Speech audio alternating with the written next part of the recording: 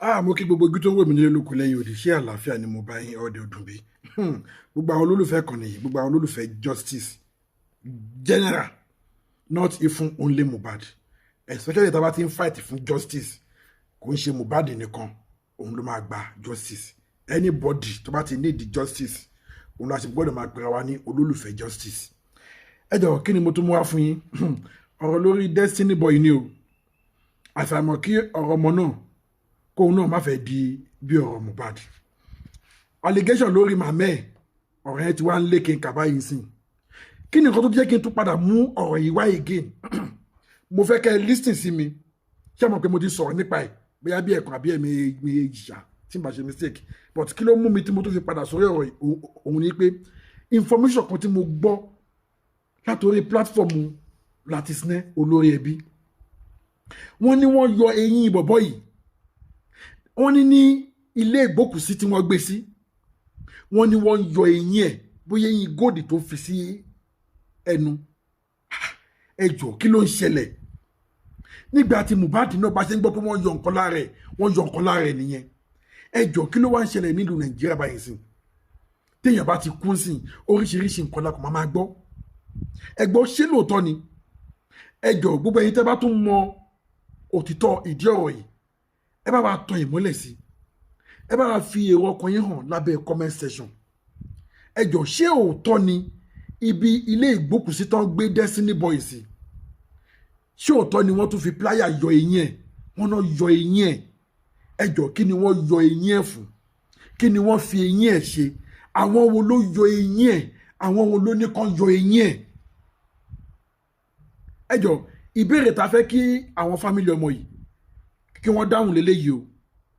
Torí nísìn àwọn kan ní babaláwo ló ṣekú pa, àwọn kan ní màmá ẹ̀ ló ṣépè fún, àwọn kan ní àìsàn kan ti wà lára ẹ̀ tẹ́lẹ̀tẹ́lẹ̀.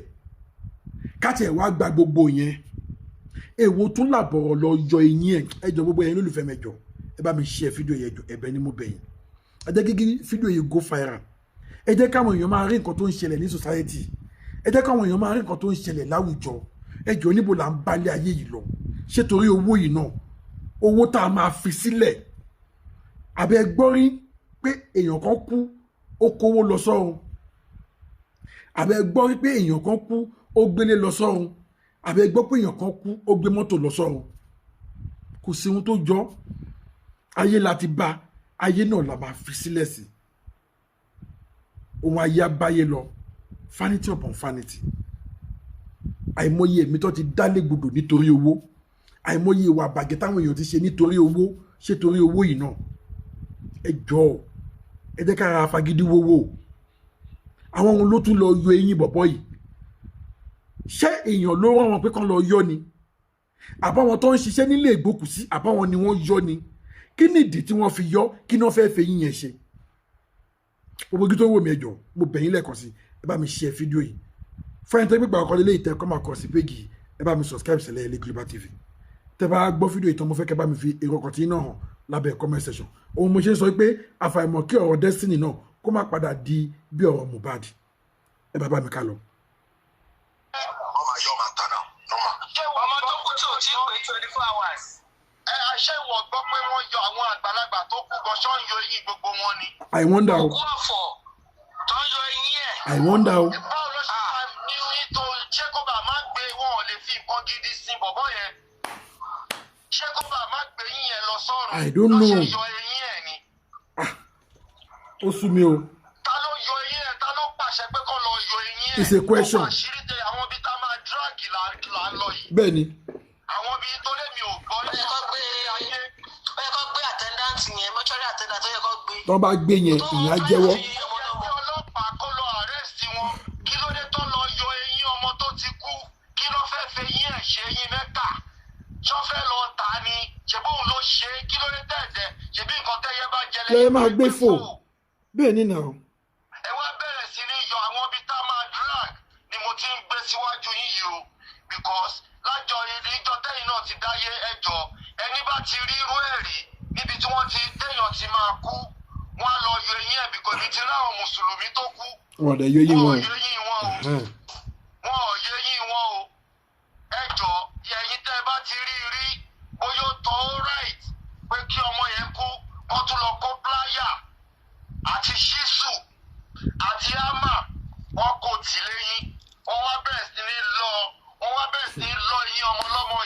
Can you imagine? Ó ga o. Nàìjíríà ìkàmà ni Ìkà ni wá o.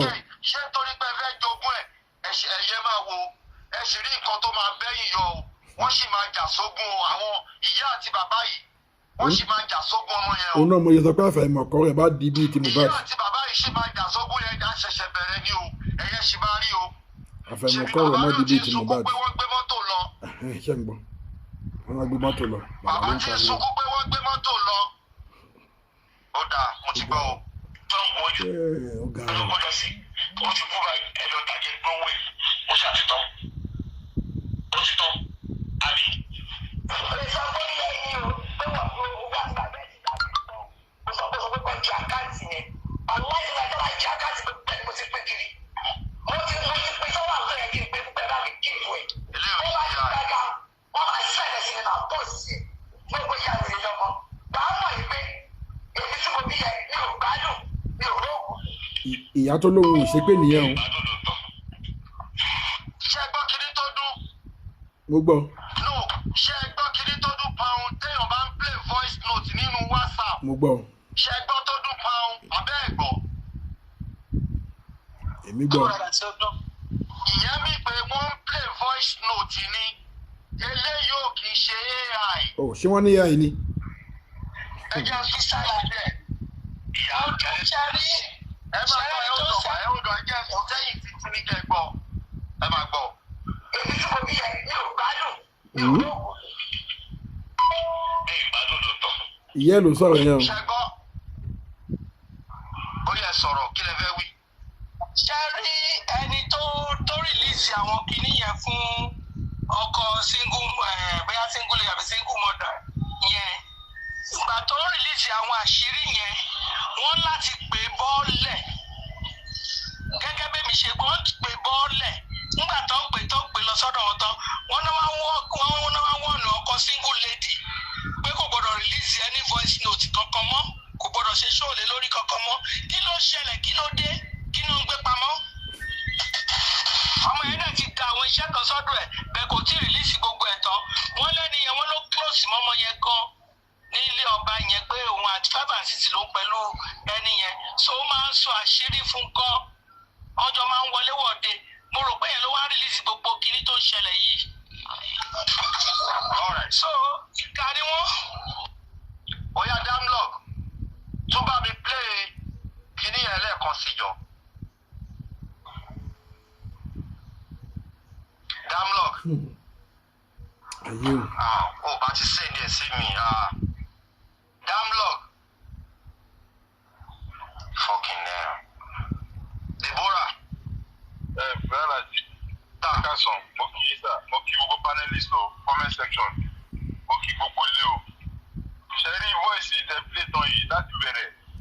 Ṣé bá rí i pé ó máa ẹ dárúkọ kan pé ṣé torí pé ó dárúkọ ẹ̀ nígbà gbórúkọ tó pé that is ẹ̀gbọ́n bọ̀bọ̀ yìí ló ti eléyìí yẹn jẹ yẹn. So wáyé tí ẹ̀jẹ̀ wá ń jáde ní sìn pé kò kí ń ṣe òun ni òun ṣe voice note. No, kò tiẹ̀ tí ì sọ fèsì kò tí ì sọ direct. Damlog. Sáà mo wà láti tọ́lẹ̀tì ni. Jọ bá mi bóyá kò sẹ́ẹ̀dì kìíní ẹ̀ sí mi kó bá mi sí.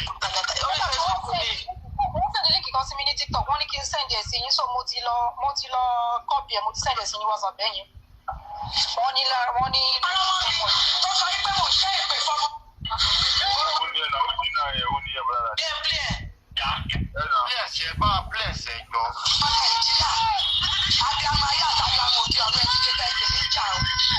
Wọ́n fẹ́ fìyà jẹ mí o, wọ́n fẹ́ pa mí o, kọ́tí mi máa wọ́tí mi mẹ́sẹ̀. Kì í mẹ́ni tó ń tọ́ mi mẹ́ni ẹlẹ́ni. Tó dààmú rẹ̀, tó parọ́ mọ́ mi, tó sọ pé mo ṣe ìpè fọmọ mi. Ṣé ń gbọ́? Mi ìmọ̀wọ́ mi mẹ́sẹ̀ lórí ìtàn yẹn o. Àmọ́ ṣé o pẹ́ni tó bá wá dìde tó parọ́ mọ́ mi? Ọmọ tó ń dùn mí nínú, ọmọ tó ń fún mi láyọ̀, ọmọ tí ò jẹ́ kí n mọ̀ bànújẹ́. Kò sígbà kan báyìí tí n bá gbé báyìí máa ṣàdúrà fún ọkọ mi Àyìndé. A ní ìyá Àyìndé kò ṣe sùúrù fọ́kẹ́ báyìí ṣó ti gbọ́. Tó wá sọ pé mo ṣe ìpè fọmọ mi, ìpè mi ni mo pa ọmọ mi.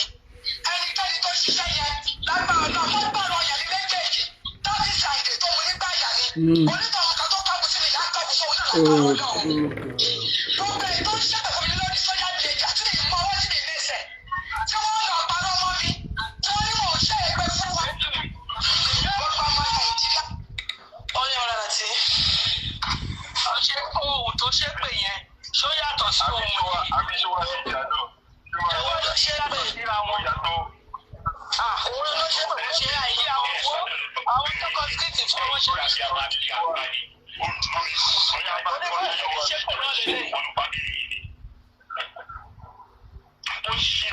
Ó ṣìrì wá sínú ẹbí yìí ni. Ó ṣìrì wá sínú fámìlì yìí ni. Wọ́n mọ̀ tọ́. Ṣọ́kùnrin lẹni tó ń sọ̀rọ̀ yìí. Wọ́n mọ̀ pé ọlọ́run tó fi lọ́wọ́ yìí. Ọkùnrin Ló fi ọkọ̀ ní àwọn tó bá jẹ́ ọkọ̀ lórí òkú ni wọ́n ló sì fi wọ̀ ní pẹ́pẹ́. Ẹ bá gbà wá sọ báyìí. ọkọ̀ àwọn sí. Àjọ pé olórí burúkú àbí mo máa wà bí mo máa lọ. Bọ́ọ̀lù ọ̀gbìn kiri wọ́n ti ṣe é ló jẹ́ ṣé bàbá ló ń jẹ ọkọ̀ àwọn single mother. Ọkùnrin ni. Làgàtà. Bàbá ẹ̀ ló ń jọ́kọ̀ àwọn single mother ó ní Akeem. Òun ló sọ̀rọ̀ yẹn. Ọ̀rẹ́. Pàtì ní jẹ́. Bábí àwọn yìí. Ṣé wàá rí wa àkàkọ́bà fún òfin bí wàá dára kó kà? Ń bọ̀ ẹ̀jọ̀ wọ́n mi.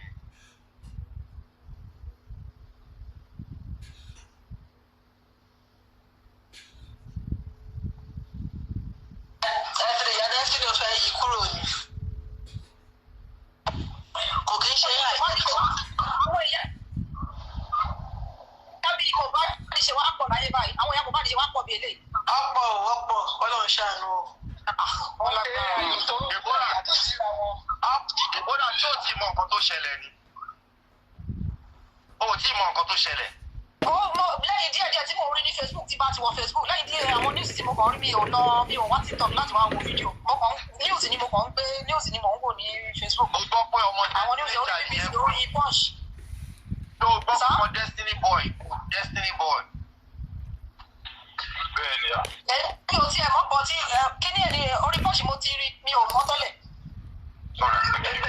Bí tọ̀rọ̀ mo bá tọ̀ ló ṣe rí ọlọ́mọ yẹn kọ́ àwọn ọmọ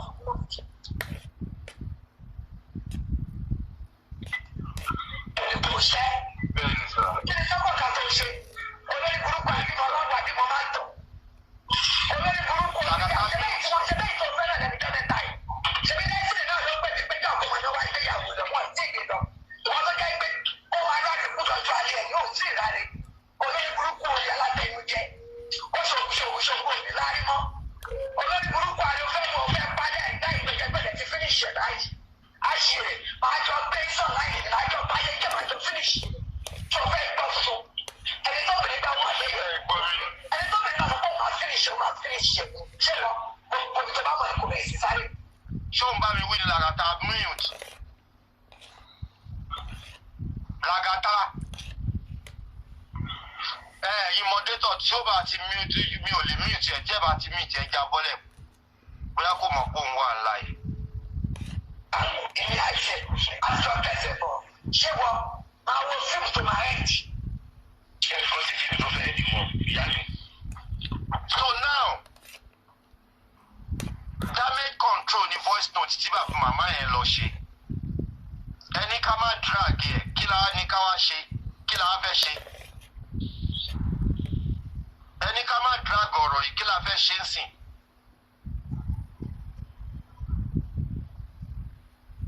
Mọ́mí bó ṣe rí ẹ ká sọ̀mà. Ẹ kó ètò olóyè. Ọ̀rọ̀ sà, mo kí gbogbo ilé o, mo kí everybody. Ẹ ṣé sà. Nǹkan tẹ́mi rí gẹ́gẹ́ bí àwọn èèyàn ṣe sọ ni pé àwọn tí èèyàn bá gẹ̀ẹ́sì full details but ṣe mọ̀ kò sí abiyamọ ní gbogbo wa. Ohun yẹn jọra wọn. That's number one.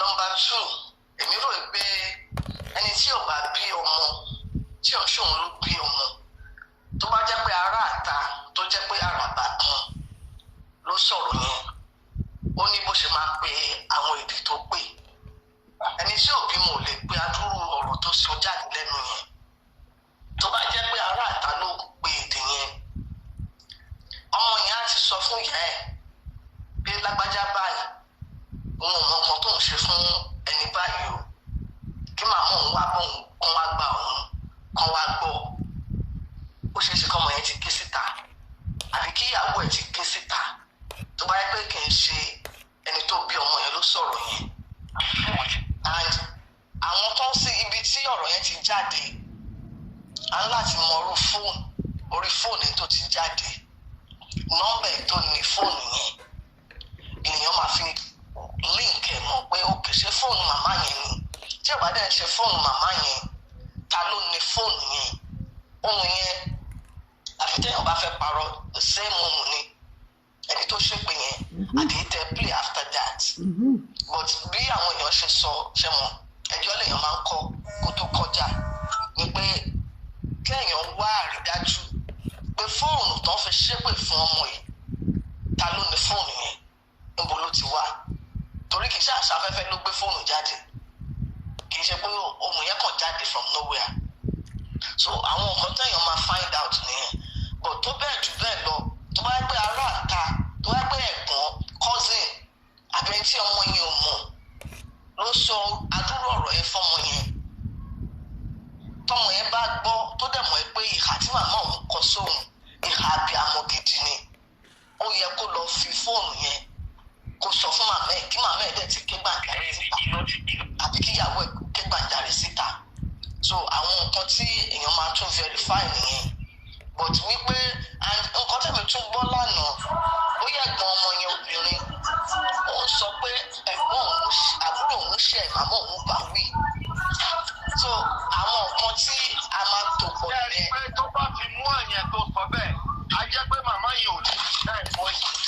exactly so tí ẹ̀gbọ́n bá ń sọ pé màmá òun bá àbúrò òun wí definitely ohun tí àwọn èèyàn sọ èkó tó ṣẹ́ fọ́mọ yẹn làwọn èèyàn ń rìn fáàsì tí ọ̀bá wa tó ń ṣe pé màmá ẹ̀ kí ni nǹkan tí àbúrò ẹ̀ ṣe fún màmá ẹ̀ ọ̀nà wo ni màmá ẹ̀ pé fi gbà wí so àwọn nǹkan tá a máa tò pọ̀ nìyẹn kò ní sìn kò sí àtúnwí asán kankan mọ́ ohun yẹn jọra wọn the other thing tẹ́mi tún fẹ́ sọ ni pé ó ti ń lé níbi ọjọ́ mẹ́ta tọmọ ẹ̀ ti kú àwọn ìjọba wa kí ni nǹkan tán rí tí wọ́n bá tiẹ̀ tí lọ into full swing of investigation hospital tó ń sọ pé wọ́n gbé ọmọ yìí lọ àwọn treatment wo náà fún condition wo náà ti bá ọmọ yẹn kó tó di pé wọ́n gbé ọmọ yẹn dọ́dọ̀ wọn at least they have to come out tó bá pé ìlú tí nǹkan pé ti ń ṣe déédéé ọ̀rọ̀ tẹ̀yàn kú tó di controversy tó gbé wá sórí social media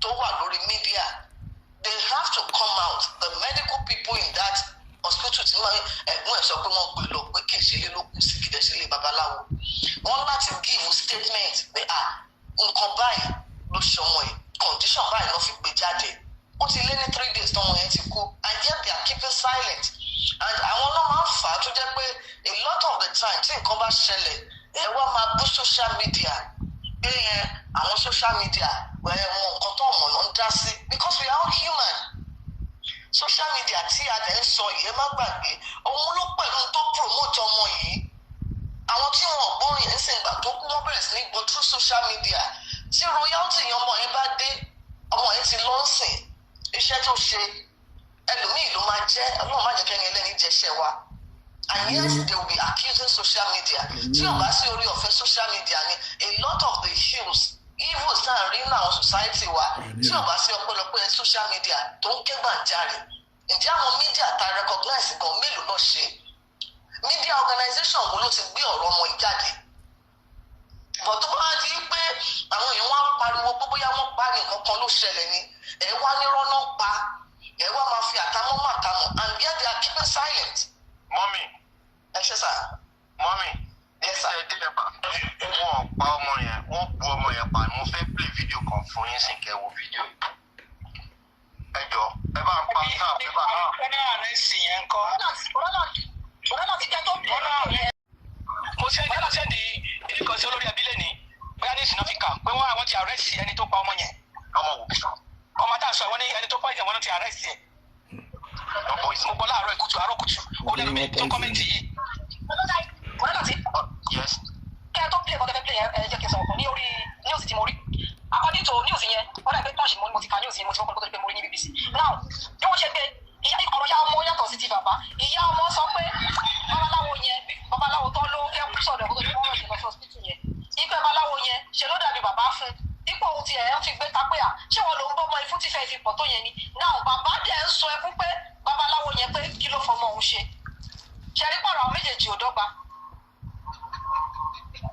bàbá ń sun ẹkún wípé kí ni wọ́n ní kan tó borúkọ babaláwo yẹn pé kí ló fọmọ òun ṣe tó ń sun ẹkún tó wà against babaláwo ìyá dẹ̀ ń praise babaláwo kí ẹ wá wò ó sí èpè tí wọ́n ní ìyá ṣẹ́ fún ọmọ.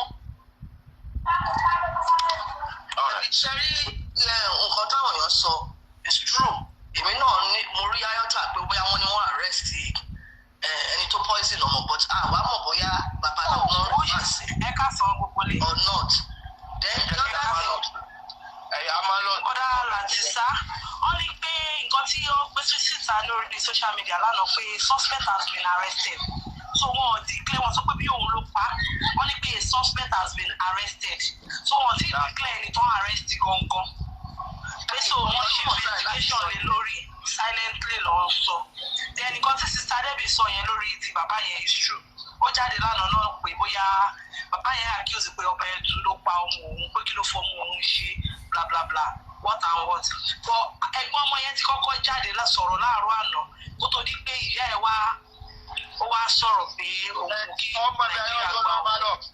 bẹ́ẹ̀ tí babaláwo bá pọ̀ mọ́ bẹ́ẹ̀ wọ́n ọmọ òkú sọ́dọ̀ babaláwo àwọn arúgbó máa. ẹ máa gbé gbogbo tó pamọ́ níwájú èèyàn. ẹ̀gbọ́n ẹ̀ tó kọ́kọ́ jáde ẹ̀gbọ́n ọmọ ẹ̀ tó jáde òun gangan ló ń clarify pé ẹ̀gbọ́n òun àbúrò òun òkú sílé babaláwo. bẹ́ẹ̀ni ẹ̀gbọ́n ẹ̀ lè jáde láàárọ̀ àná ó sọ̀rọ̀. ó ní ẹ wá wo ẹ̀yin dókítà ẹ bá mi wo fídíò ẹ bá mi mute ẹ̀yin dókítà irú àìsàn wo ni wọ́n ń pe irú eléyìí tó ń ṣe ọmọ yìí ẹ bá mi wo fídíò yìí.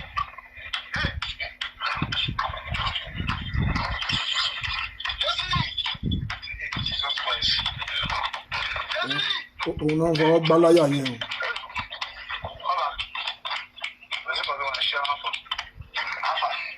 ó dùn mí pé mi ò kàn lè ṣe fídíò yẹn fún yín kó má lọ dàbí copyright.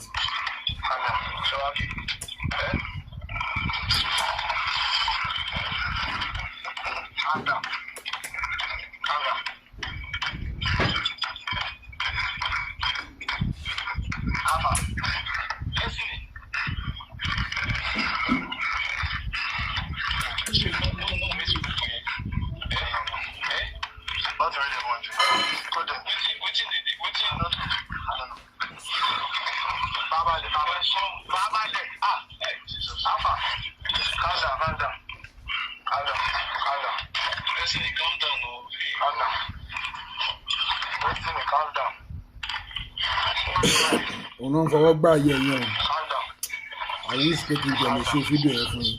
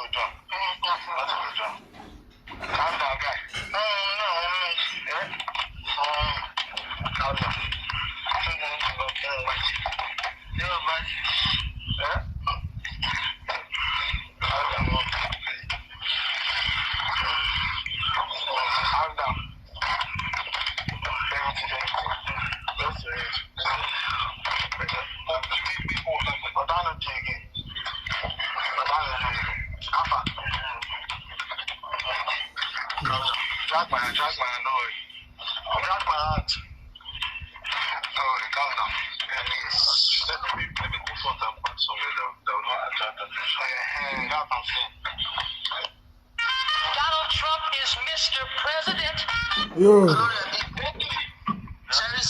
ṣẹ́rí nǹkan tó ń ṣọmọ yẹn bí according to nǹkan tí màmá ẹ̀ sọ náà nínú ọ̀rọ̀ pé àwọn manage ẹ̀ à ń torí pé ó jẹ́ superstar àwọn ò fẹ́ gbé síta àwọn ń bù mọ́lé gẹ́gẹ́ bí ẹ ṣe sọ and ohun tó pamọ́ sójú ẹ̀dá kedere níwájú Ọlọ́run ó ṣeé ṣe kí ohun tó ń ṣọmọ yìí based on tí màmá ẹ̀ sọ àìsàn yẹn ti wà lára ọmọ yẹn. ó máa pọ̀ ọmọ yìí náà sí. tó ti yẹ àìsàn yẹn ti wà lára ọmọ yẹn and ṣe mọ̀ pé ignorance nílé ẹjọ́ is not an excuse in the law court. Tí èèyàn bá tiẹ̀ mọ nǹkan tó bá ké gbàjarè ó ṣeé ṣe kí wọ́n rẹ́ni gbà wọ́n tẹ́.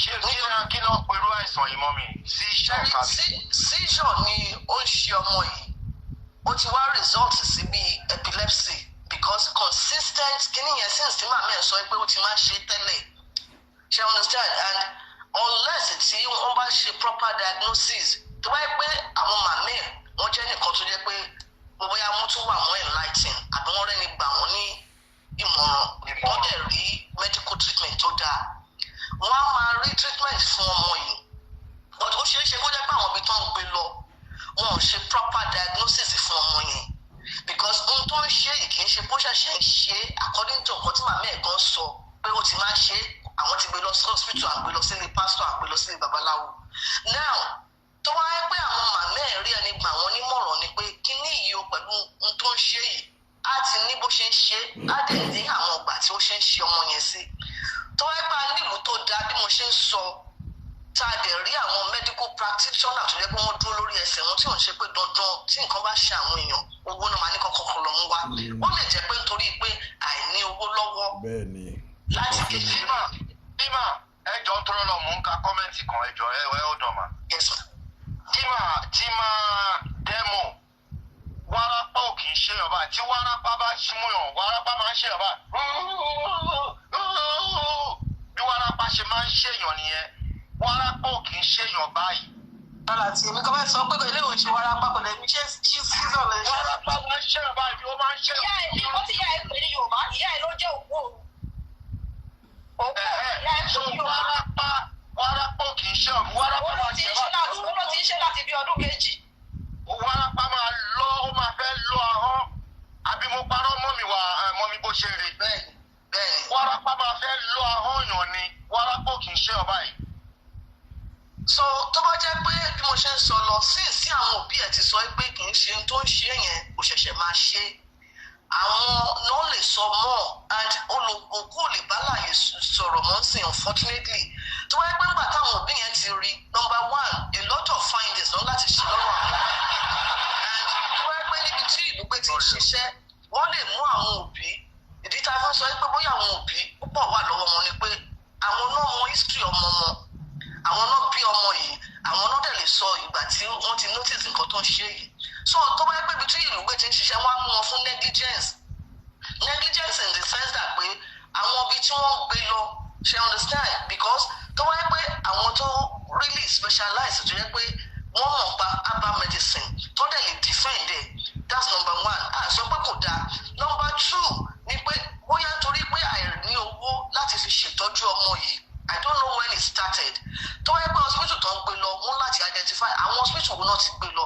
kí náà sọ fún wọn níbẹ̀ tá a bá ní àwọn ìjọba tó dúró òun lèmi sì ń sọ pé ìjọba yes àmọ́ pé àwọn òbí ní lọ́wọ́ but àwọn nǹkan tí ò yẹ káwọn ìjọba wa kàn pay attention sí lélẹ̀ olórí ẹbí ṣẹ́rí púpọ̀ nínú tó ń ṣẹlẹ̀ ní Nàìjíríà nítorí poverty nítorí pé àìróúnjẹjẹ àìlówó lọ́wọ́ òun ló ń fa a lot of things tí ò yẹ kó máa ṣẹlẹ̀ tó ń ṣẹlẹ̀ nítorí ìbẹ̀rùbojo àwọn òbí míì tó jẹ́ pé ẹni tó jẹ́ pé ìyá ò lágbára tí nǹkan bá ṣe àwọn ọmọ wọn since tí wọn ò lágbára tí wọn ò dẹ̀ rẹ́ni tó máa ràn wọ́n lọ́wọ́ the next thing tó máa ṣe ni pé alternative medicine ló máa look into and alternative medicine yìí tó jẹ́ pé bíi herbal kò ní àwọn tó ń ṣe wọn ò lè define ẹ̀ pé nǹkan báyìí because àwọn yẹn wọn ò ṣe medical diagnosis láti sọ pé kọ́ run test lórí ọmọ yẹn láti ṣe series of tests pé ṣé inú ọpọlọ ló ti tó nídìí sí ṣé infection ló ní ni báwo ló ṣe ń ṣe ṣó ti ní malaria ni ṣó ní high fever ni wọn ò ṣe gbogbo àwọn yẹn